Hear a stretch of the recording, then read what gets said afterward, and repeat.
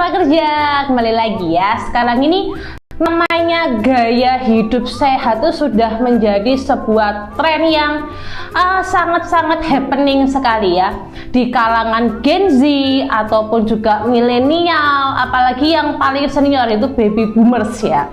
Konsumsi buah-buahan merupakan salah satu penerapan gaya hidup sehat yang saat ini mulai dilakukan oleh masyarakat karena masyarakat sudah mulai sadar pentingnya gizi yang baik untuk kebutuhan tubuh.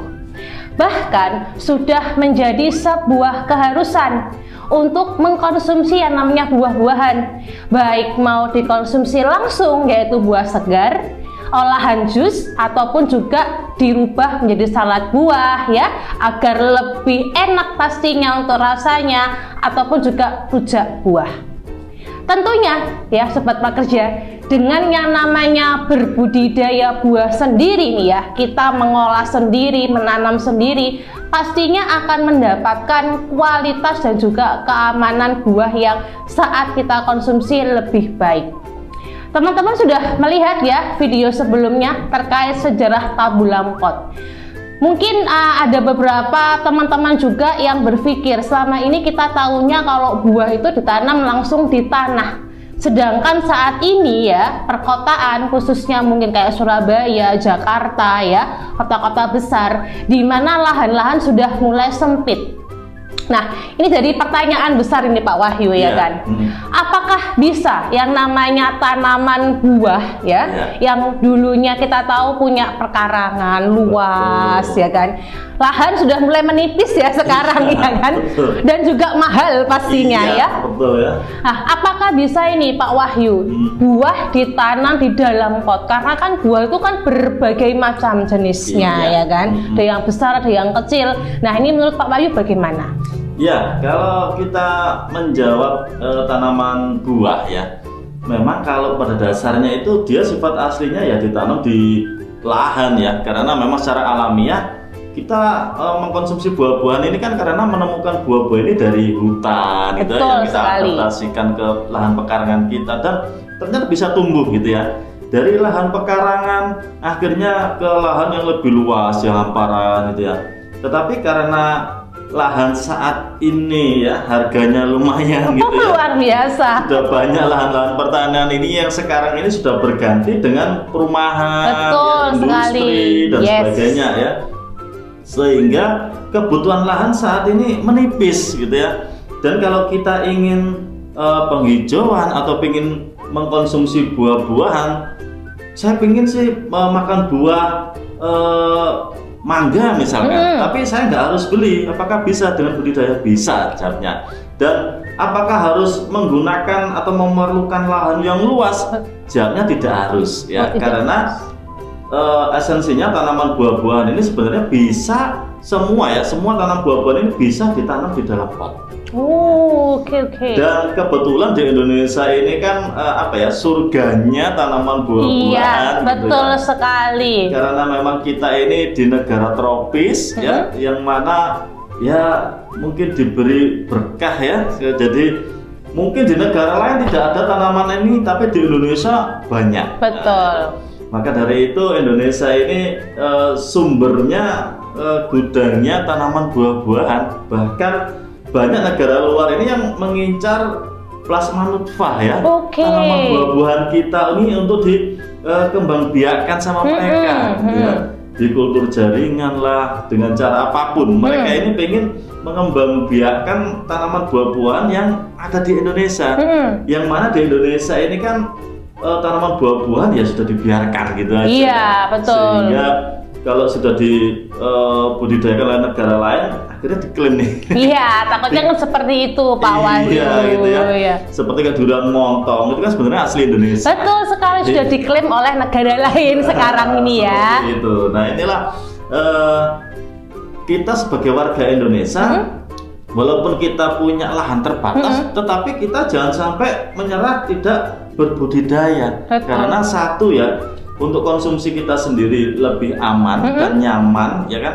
Kemudian untuk melindungi plasma nutfah tanaman buah-buahan kita ini agar tidak dicuri oleh negara lain, betul sekali, luar, gitu. Betul sekali Pak Wahyu. Nah, berarti kan tanaman ini itu bisa kita adaptasikan hanya dengan lahan yang sempit ya, berarti ya. Betul sekali ya. Terus Pak Wahyu, kok tiba-tiba tercetus yang namanya tabula pot ini ya? Iya.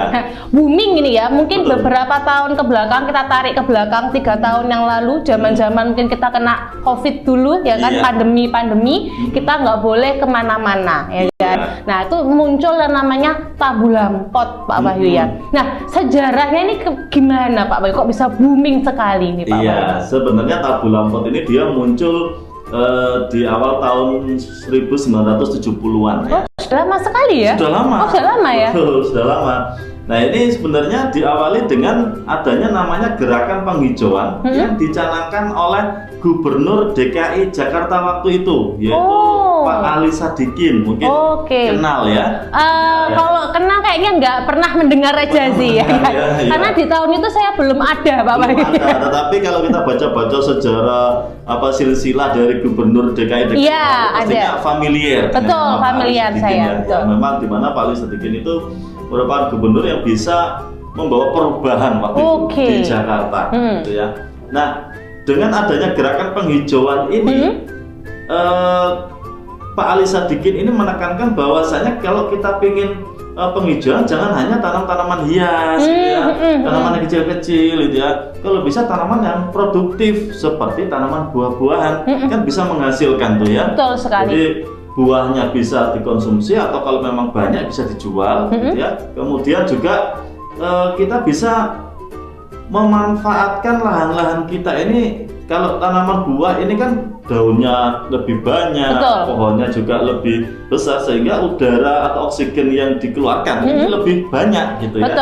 Nah, bisa memanfaatkan lahan-lahan yang terbatas. Jadi nggak perlu kita itu perlu halaman yang luas 1 hektar gitu ya. Nah waktu itu Pak Ali Sadikin menekankan bahwasanya kalau kita ini ingin berbudidaya tabula pot, nggak perlu pakai halaman yang luas, cukup halaman yang terbatas saja. Ini bisa kita melakukan gerakan penghijauan itu, yaitu dengan tanaman buah dalam pot atau tabula pot. Ya.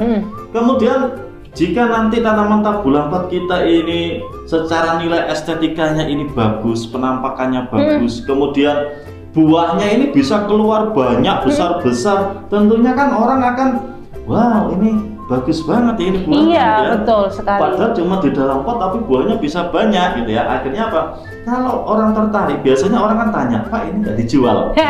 Betul sekali tuh Pak Wahyu ya. Pak ini nggak dijual. Kalau kita sebagai kadang orang pebisnis ya, silakan Bapak mau nawar berapa kan?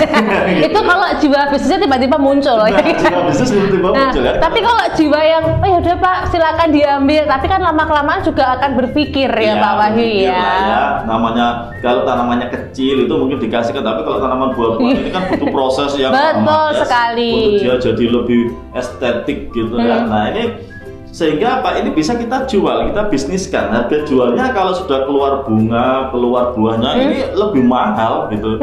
Kalau kita jual ke pasar ya, kita lempar ke pasar, ini dalam kondisi yang berbunga atau berbuah, ini pastinya harganya kan lebih tinggi daripada kalau kita jual tanaman ini belum ada buahnya, belum ada bunganya gitu. Nah oleh karena itu Pak Ali Sadikin juga menekankan bahwasanya ini nanti bisa sebagai ladang bisnis nantinya. Nah itu. Kemudian seperti kita ketahui juga ya Bu Dita ya, di Jawa Timur ini bahkan sudah banyak juga agrowisata. Iya, banyak sekali. Betul. Tentang tanaman buah-buahan seperti petik stroberi. Iya, betul. Petik apel sendiri, sepuasnya, ya kan. Kelengkeng juga ada seperti itu.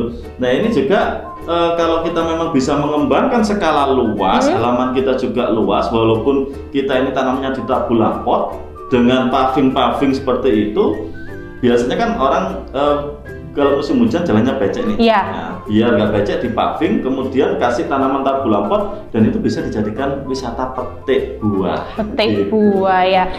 agrowisata jadinya Pak Wahyu ya. Agrowisata. Ya kan, mengedukasi buat ke masyarakat bahwasannya ini loh kalau mungkin teman-teman ya sobat pekerja pastinya Pak Wahyu ya pengen menanam buah nggak punya lahan bisa loh pakai yang namanya pot seperti itu ya Pak Wahyu ya. Betul banget.